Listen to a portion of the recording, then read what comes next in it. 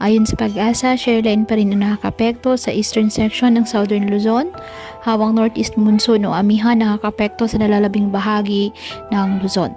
Wala naman pong binabantayan o namamataang sama ng panahon, low pressure area o bagyo sa loob po ng ating PAR na maaaring makaapekto sa ating bansa.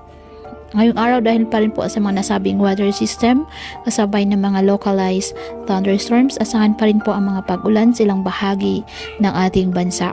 Apektado ng shoreline ang Aurora, Quezon, Camarines Norte at Camarines Sur, kaya asahan na maulap na kalangitan na may kalat-kalat na pag-ulan at thunderstorms.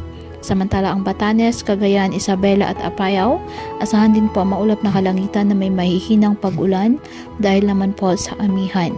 Ang Metro Manila at nalalabing bahagi ng Luzon, bahagyang maulap hanggang sa maulap na kalangitan with isolated light rains dahil po sa amihan. Ang nalalabing bahagi ng bansa, bahagyang maulap hanggang sa maulap na kalangitan with isolated rain showers or thunderstorms dahil po sa localized thunderstorms. Kaya po patuloy po natin na pinag-iingat ang ating mga kababayan sa banta ng mga pagbaha at pag-uho ng lupa at ugaliin po na magdala palagi ng payong o kahit anong panangga sa ulan kapag lalabas ng ating mga tahanan. At yan po muna ang update sa lagay ng panahon ngayong araw.